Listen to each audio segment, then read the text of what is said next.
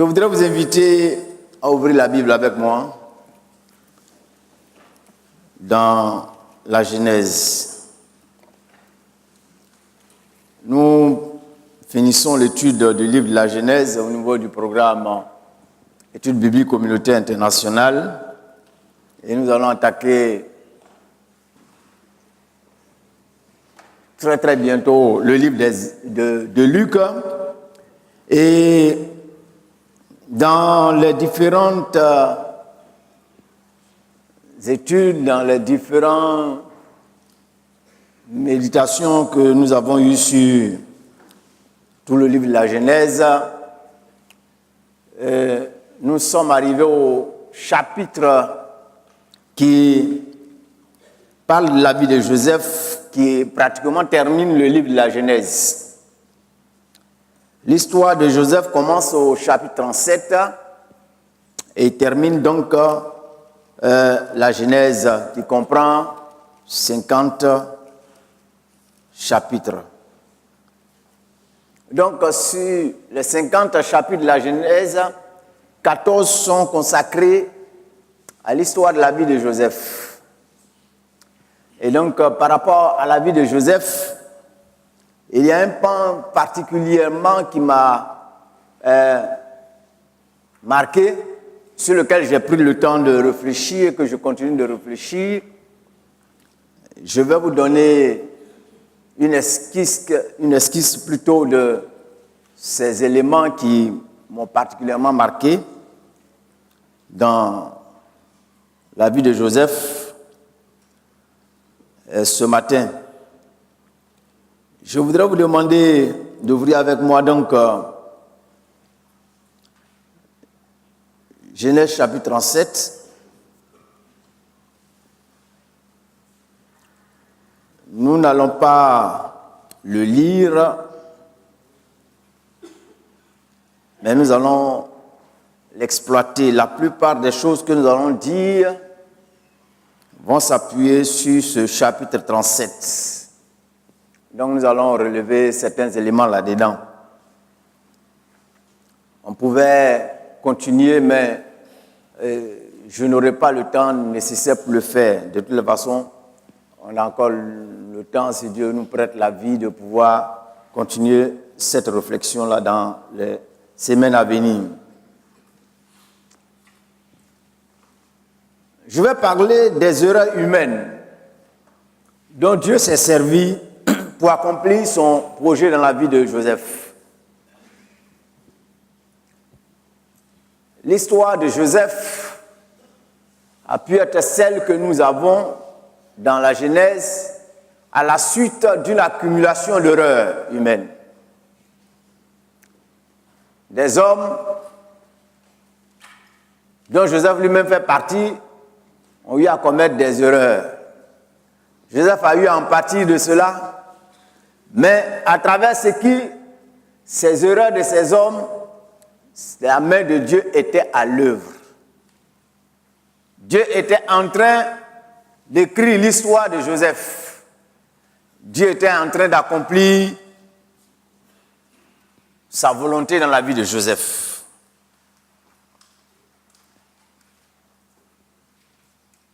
Et très souvent, quand on lit cette partie relative à la vie de Joseph, on passe souvent sous silence cet aspect des choses. Cet aspect des choses qui met en relief la propre responsabilité de Joseph dans les événements douloureux qu'il a connus. Généralement, on voit Joseph comme un personnage sans défaut. C'est ce qu'on met en relief. Mais Joseph ne fut pas sans défaut. Seul Jésus dans la Bible a été sans défaut. Lui seul a pu dire à ceux qui cherchaient à l'accabler, qui d'entre vous me convaincra de péché? Sans ça, Moïse, qui a été un homme exceptionnel, on connaît son histoire, il n'est pas entré dans le pays de la promesse parce que, à un moment donné, il n'a pas fait ce que Dieu voulait qu'il fasse. Abraham, même le père de la foi, il a menti. Jacob lui-même, n'en parlons pas, c'est un trompeur. Émérite. David, on connaît aussi son histoire, etc., etc. Même Élie, le grand Élie, qui fait descendre le feu du ciel, il a plié l'échine devant une simple femme. Il a fui. Il est allé se coucher sous un arbre. Et il dit à Dieu, je pensais que j'étais meilleur que tout le monde, mais je ne suis pas le meilleur. Prends ma vie. Joseph n'a pas fait exception à la règle parce qu'il était un homme comme vous et moi. Donc nous allons mettre en relief ses propres erreurs et l'erreur des autres personnes qui ont contribué à l'écriture de son histoire. À travers ces erreurs, donc, c'était Dieu qui était à l'œuvre. Voyons d'abord, dans un premier temps, les informations générales que nous pouvons disposer sur Joseph. Joseph fut l'avant-dernier fils de Jacob, le 11e. Le dernier étant Benjamin. Et son nom signifie qui s'accroît, c'est-à-dire celui qui s'accroît. En d'autres termes, c'est quelqu'un qui n'est jamais amoindri, mais bien au contraire, augmente et évolue en devenant plus grand. Et la vie de Joseph est allée en parfaite symbiose avec la signification de son nom. C'est quelqu'un qui va en s'accroissant. C'est quelqu'un dont les événements de la vie n'arrivent pas à freiner l'évolution dans l'échelle de la société. Alléluia. Le parcours de la vie de Joseph confirme la signification de son nom. De la place privilégiée qui était la sienne auprès de son père, il est vendu comme esclave. Même là encore, il sera élevé chez Potiphar. En ce lieu, accusé injustement et mis en prison, il y sera élevé et en fin de la prison, il sortira pour devenir le deuxième personnage de l'Égypte. À chaque étape de son parcours, il y a un incident. Un incident qui, pense-t-on, va remettre en cause son ascension. Mais l'étape suivante va encore l'élever. Et il va d'élévation en élévation. Que le Seigneur nous aide à comprendre cela. Son parcours dans la vie et les enseignements qui en découlent.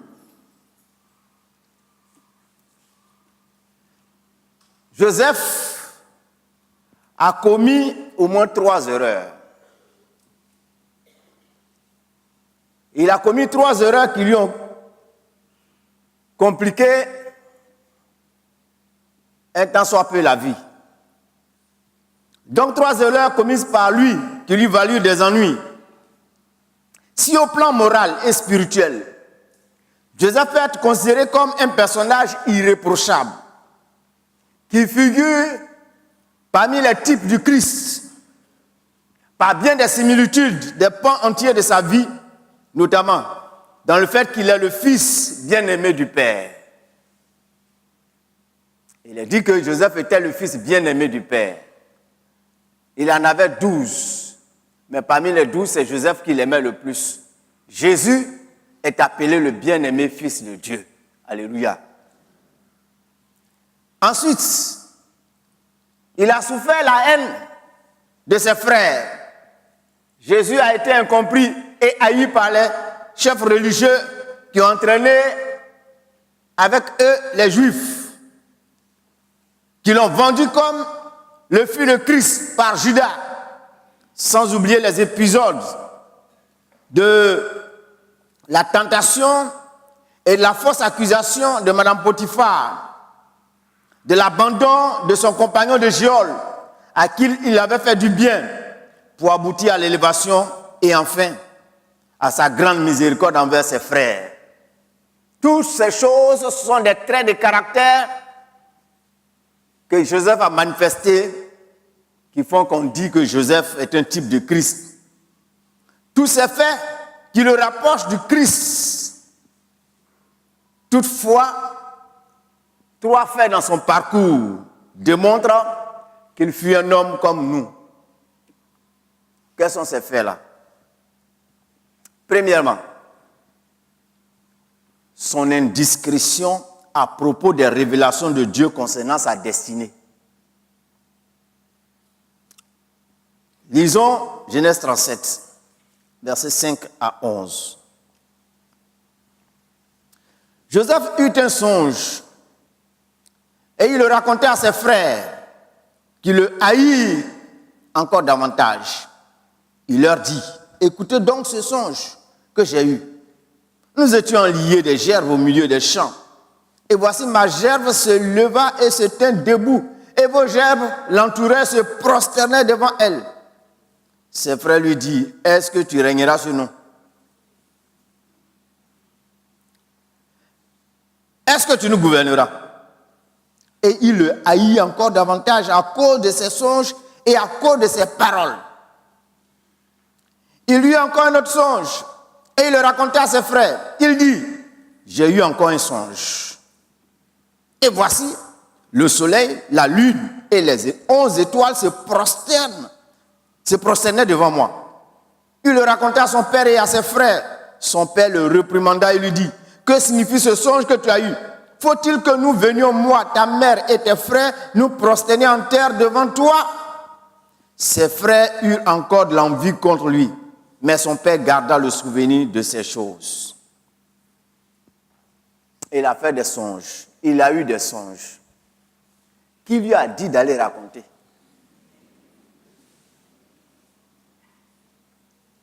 Il a consulté qui? Il a consulté Dieu pour que Dieu lui dise ce que je t'ai montré là-bas, révéler cela. On peut dire qu'il a posé cet acte-là parce qu'il manquait de maturité, certainement. Des erreurs de jeunesse. C'est une manifestation de son immaturité en son temps, peut-être.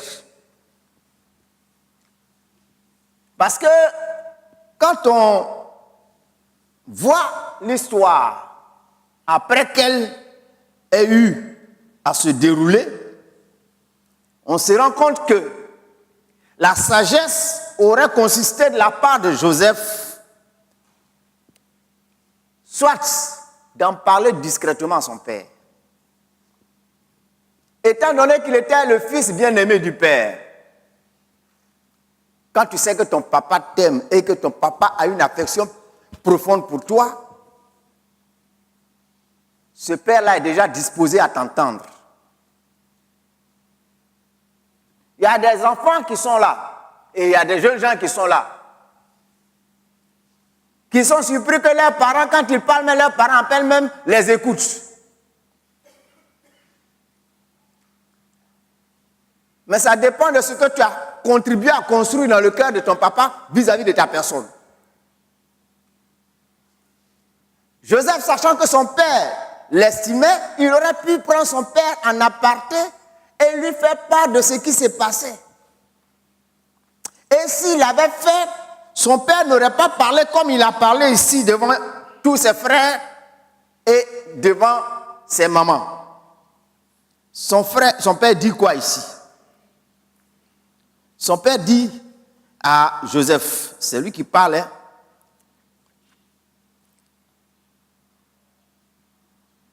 À quel niveau là? Verset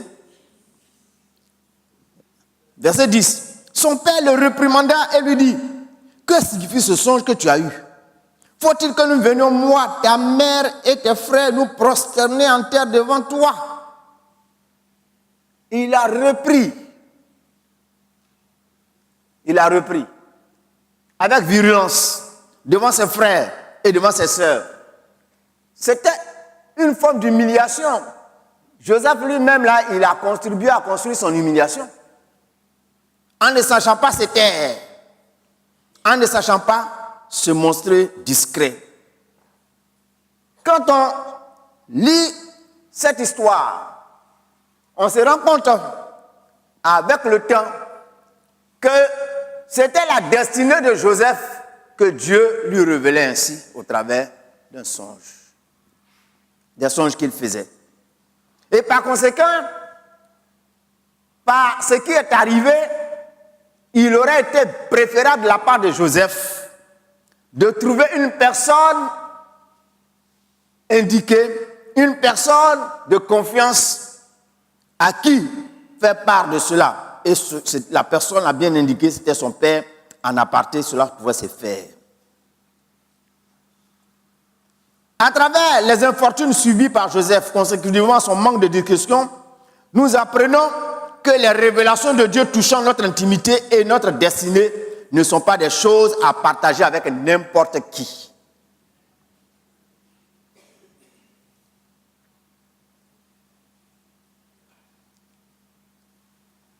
Tout ce qui touche notre intimité, tout ce qui touche notre destinée, ce ne sont pas des choses à partager avec n'importe qui. Avant d'ouvrir ta bouche pour parler de ce qui concerne ton intimité ou bien ta destinée, il faut regarder la tête du client qui est en face de toi.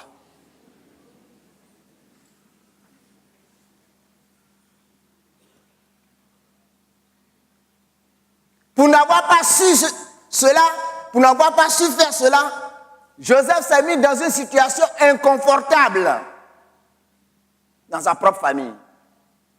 Il a contribué à faire émerger la haine de ses frères vis-à-vis de sa personne.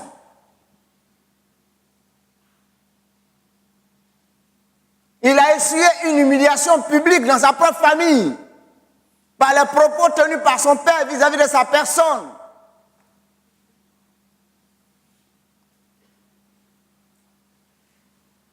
La Bible dit dans Proverbes, et Proverbes les classe dans la catégorie de nos sources, bois les eaux de ta citerne, les eaux qui sortent de ton puits, tes sources doivent-elles se répandre au dehors? Tes ruisseaux doivent-ils couler sur les places publiques ou qu'ils soient pour toi seul et non pour des étrangers avec toi?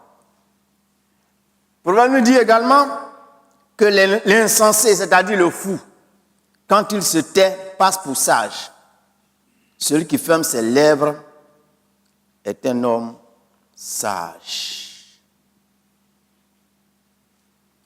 Le fou là, quand il est assis et qu'il ne parle pas, tu vas dire que c'est quelqu'un qui est sage, qui est intelligent, qui a toutes ses facultés. Donc ça veut dire que aussi la folie se voit dans la multitude des paroles qu'on prononce, nous dit le proverbe. Que le Seigneur nous aide. La bouche de l'insensé cause sa ruine et ses lèvres sont un piège pour son âme. Celui qui veille sur sa bouche et sa langue préserve son âme des angoisses. Celui qui veille sur sa bouche et sa langue préserve son âme des angoisses. Proverbe 21, verset 23. Joseph a connu l'angoisse. Joseph a connu le mépris. Joseph a connu le rejet. Joseph a connu la haine de ses frères parce qu'il n'a pas su garder discrète la révélation de Dieu concernant sa destinée, concernant son intimité. Combien de personnes au milieu de nous ce matin ne sont pas sujets à ce genre de choses? Certains sont là, de par leur propre faute, quand elles passent et quand elles croisent les regards de tout le monde, ils savent que tout le monde sait.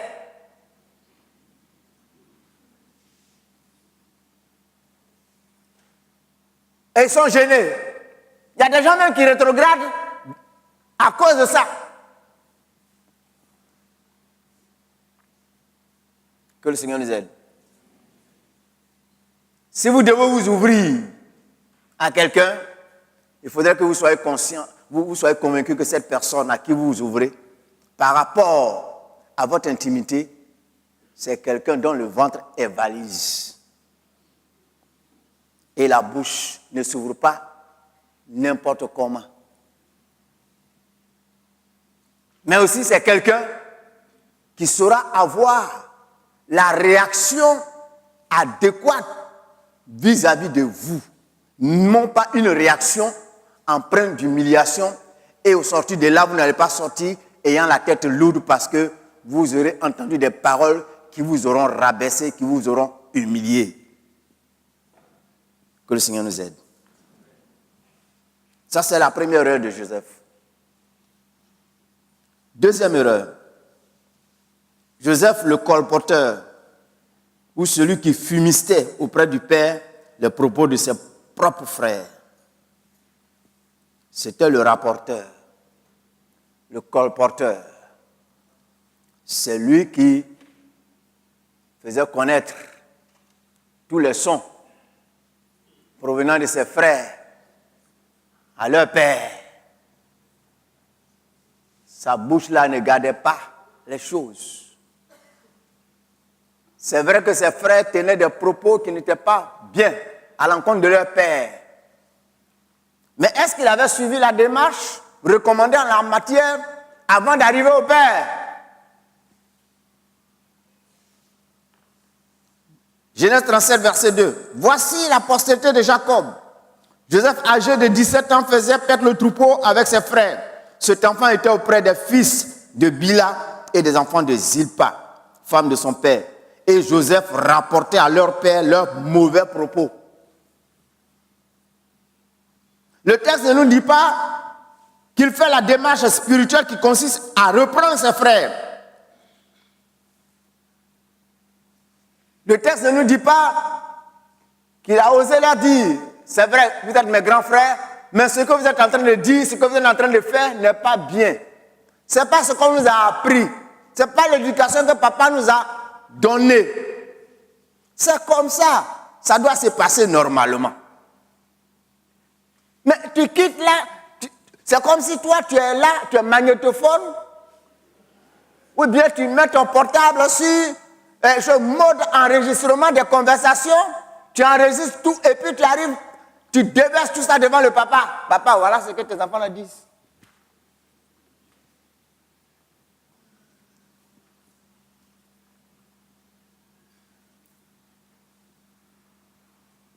La démarche spirituelle aurait consisté à agir dans le sens de ce que le Seigneur Jésus recommande dans Matthieu 18, versets 15 à 17. Si ton frère a péché, va et reprends-le entre toi et lui seul. S'il t'écoute, tu as gagné ton frère. Mais s'il n'écoute pas, prends avec toi une ou deux personnes afin que toute l'affaire se règle sur la déclaration de 2 ou 3 témoins. S'il refuse de les écouter, dis-le à toute l'Église. Ce n'est pas ce qui a été fait par Joseph.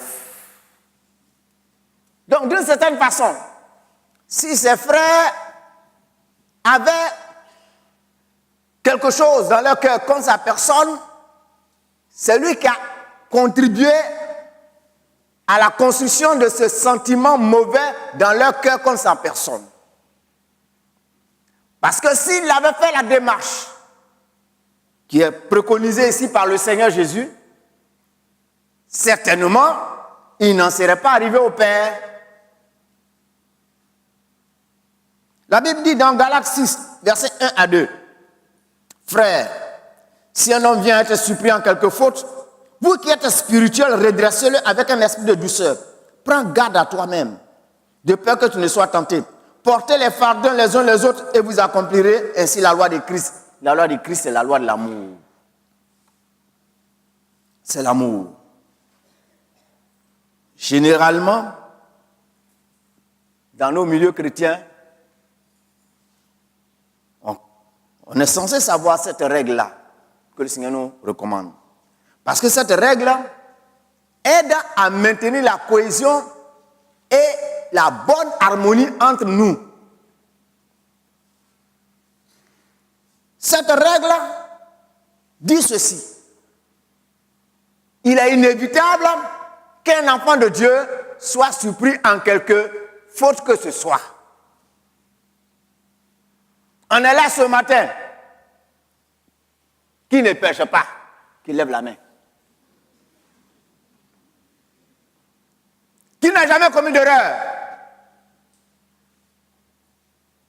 On commet tous des erreurs.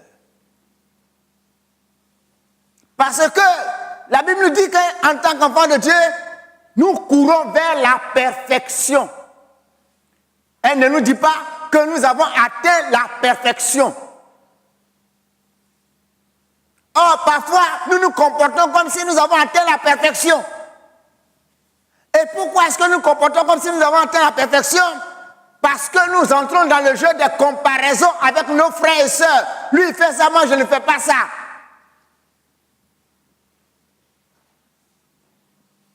Mais quand on va à l'école, là, il y a beaucoup d'écoles. Il y a des écoles où on sort ingénieur en communication et il y a des écoles où on sort docteur en médecine. On n'a pas le même diplôme. Autant on n'a pas le même diplôme, on n'a pas les mêmes péchés.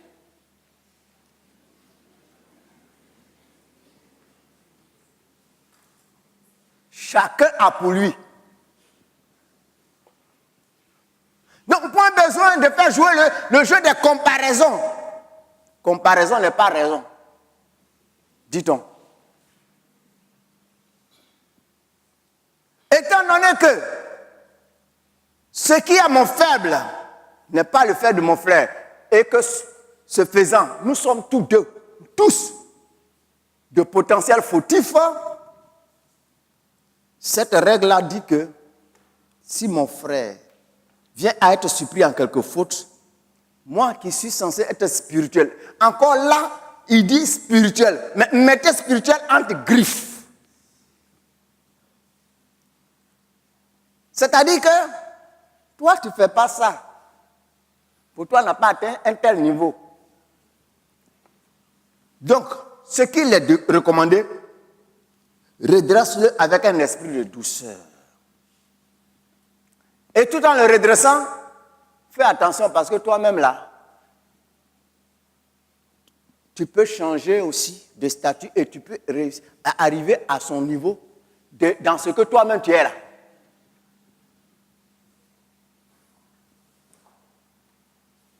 C'est pourquoi il faut pouvoir se redresser les uns les autres avec douceur.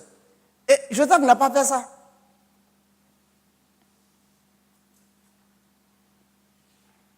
Nous sommes là en tant qu'Église. Nous, chrétiens évangéliques, nous sommes très forts dans ça. On joue très bien le jeu de Satan, qui est appelé l'accusateur des frères.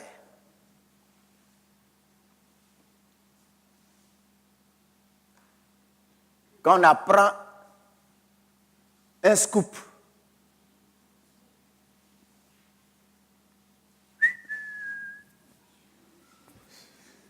on inonde les ondes avec ça.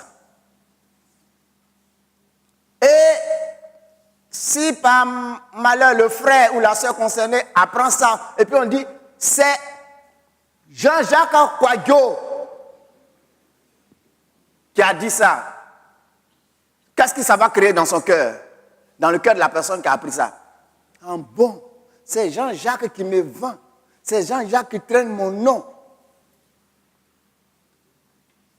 Et c'est comme ça, généralement dans nos milieux. Tu ne l'es pas allé le voir. Il y en a même, on dit que.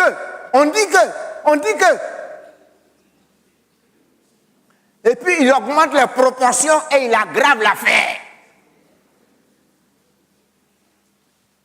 Tu es allé le voir, tu as parlé avec lui, il a dit que il tient mordicus à ce péché, il ne veut pas changer, s'il dit qu'il tient à ça et qu'il ne veut pas changer, pour que ça ne devienne pas une contagion et que ça ne contamine pas, en ce moment-là, tu le dis à un autre et vous deux, vous venez voir la personne, après vous dites à un troisième et puis après vous pouvez élargir.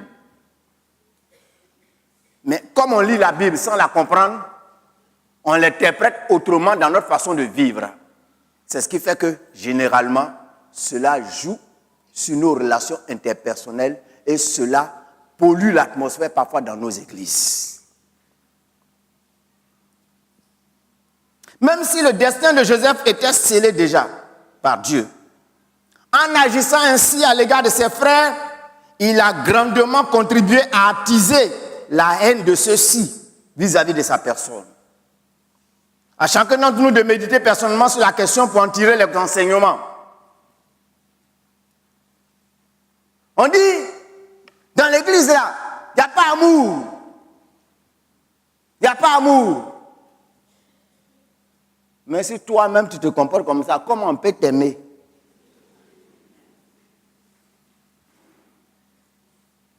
On m'aime pas, mais ta bouche parle trop.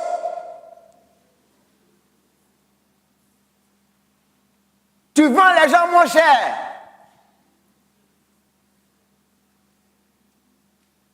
Tu colportes trop. Que le Seigneur nous aide. Troisième erreur de Joseph.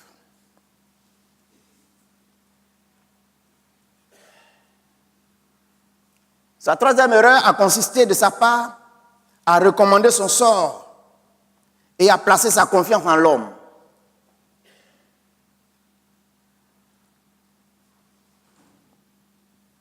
Recommander son sort et à placer sa confiance en l'homme. C'est-à-dire que dans Genèse 40, il est en prison. Deux de ses co-détenus font des songes. Il les trouve le matin tristes. Il va vers eux. Il lui explique leurs songes. Et lui, il en donne l'explication.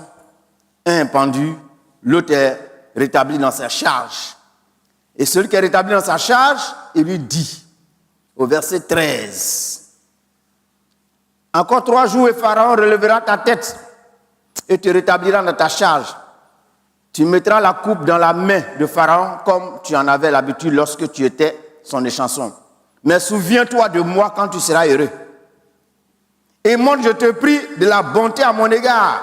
Parle en ma faveur à Pharaon et fais-moi sortir de cette maison. » C'est lui qui t'a mis là-bas. C'est lui qui t'a mis là-bas. C'est Dieu qui t'a mis là-bas. Pourquoi est-ce que c'est lui qui va se faire sortir? Non, non. Joseph a connu la cruelle désillusion de l'ingratitude de l'homme. En ce sens que, sorti de prison, son co-détenu et chanson du roi, à qui il avait donné l'explication d'un songe qui le troublait, ne pensa plus à lui, Joseph. Il oublia même de porter sa requête à la connaissance du roi. Genèse 40, verset 23. Imaginons la déception de Joseph et l'impact négatif que cela pouvait produire sur son moral. C'est pour nous éviter pareilles mésaventures que le Seigneur nous fait la recommandation expresse d'éviter de placer une confiance aveugle en l'homme. Il y en a qui sont déçus. Déçus. Comment? À lui, à qui je faisais confiance comme ça? À toi, ma femme? Mon mari? Non, il ne peut pas me faire ça. S'il ne t'a pas fait, qui va te faire?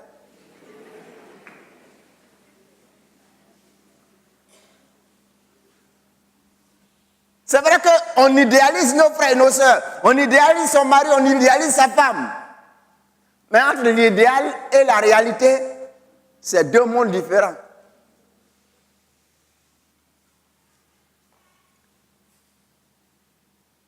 Quand tu les écoutes le jour du mariage, mon chou, ma colombe, mon étoile brillante du matin, je t'aime, je t'aime, je t'aime. Et ce jour-là, certains deviennent des poètes. Jusque-là, tu m'as soutenu. Tu es le rayon de moi, le rayon de soleil de ma vie. Je veux vivre avec toi. Je veux construire mon avenir avec toi. Tu es mon bonheur.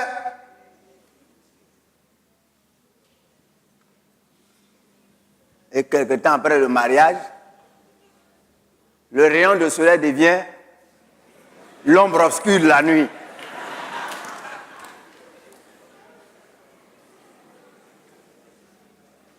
On croirait tomber sur la tête. C'est comme si on faisait un mauvais rêve et pourtant on est dans la réalité. On a des cauchemars, on ne dort plus la nuit. On perd l'appétit. On se néglige maintenant.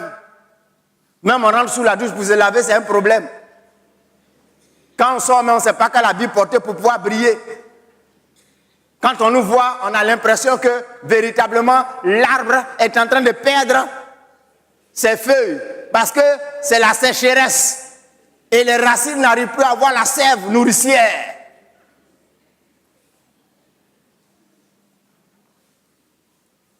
Parce que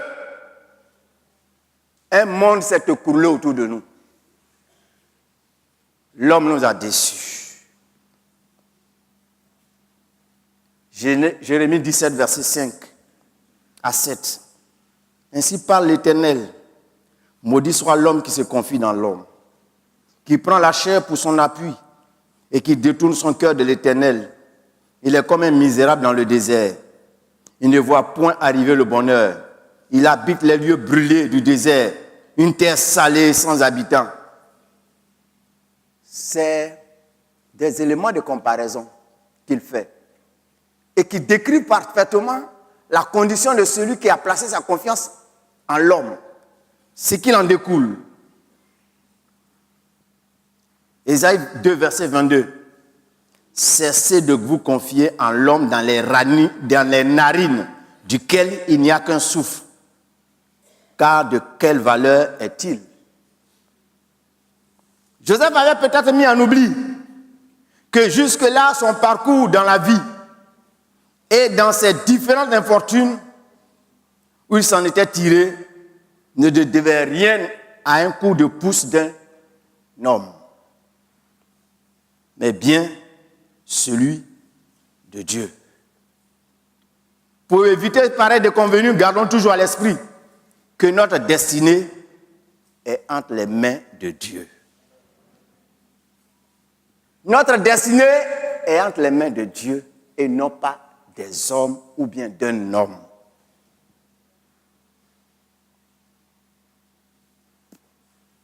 Ton mari là, il est en train de te faire voir toutes les couleurs. Mais ton bonheur ne doit pas dépendre de ton mari. Ton mari là, ou bien ta femme là, ou bien ton frère là, ce qu'il est en train de faire là, considère qu'il est en train d'écrire une page de ton histoire. C'est Dieu qui est en train d'écrire une page de ton histoire. Prends le bon côté des choses. Si tu prends le bon côté des choses, le but que Dieu veut atteindre dans ta vie au travers de cette situation sera atteint et son nom sera glorifié et ton parcours va continuer pour atteindre la destinée que Dieu veut pour toi. C'est ce que tu dois considérer. Ça, c'était les erreurs de Joseph. 3 grandes erreurs de Joseph. Venons-en aux erreurs commises par les autres, dont Joseph a eu empathie.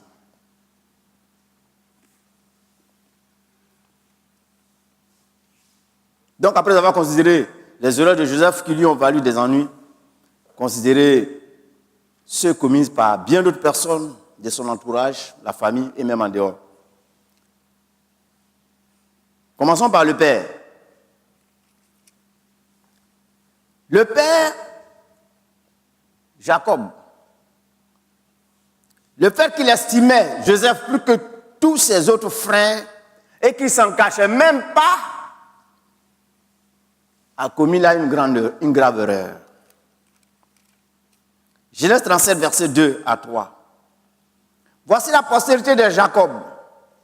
Joseph, âgé de 17 ans, faisait perdre le troupeau avec ses frères. Jacob a une très grande part de responsabilité dans le drame survenu dans sa famille.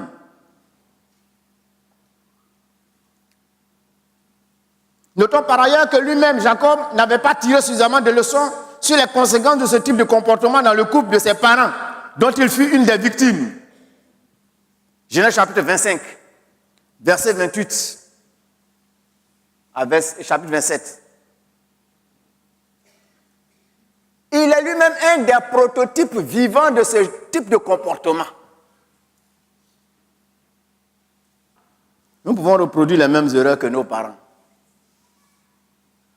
Il y a des gens qui ont la dent dure vis-à-vis de leurs parents. Il y a des gens qui ont un comportement ou bien qui tiennent des propos vraiment vis-à-vis de leurs parents. Non, papa même il est comme ça, papa même, maman est comme ça. Mais le jour où ils seront dans la position de maman ou bien de papa, là, ils font 2 fois pire. Notre affection mieux que les autres. À l'instar de Jacob, nous pouvons par nos préférences injustes dans l'affection accordée à nos enfants, au détriment des autres, contribuer à en faire des malfaiteurs, des gens fourbes. Pour Jacob, un enfant né dans sa vieillesse mérite plus d'affection que les autres enfants. Oui. Parce qu'il est né dans sa vieillesse, il mérite plus d'affection. C'est le seul garçon. Je l'ai eu parmi 7 filles. C'est mon seul garçon. Alors comme c'est le seul garçon, on lui permet tout. Il y a une certaine permissivité vis-à-vis de cet enfant. Et c'est ce qui fait que généralement, ils deviennent très dangereux, ces gens d'enfants. Les erreurs des frères de Joseph, c'est la haine qu'ils ont eue pour lui. Genèse 37, verset 2 à 4, nous avons déjà lu.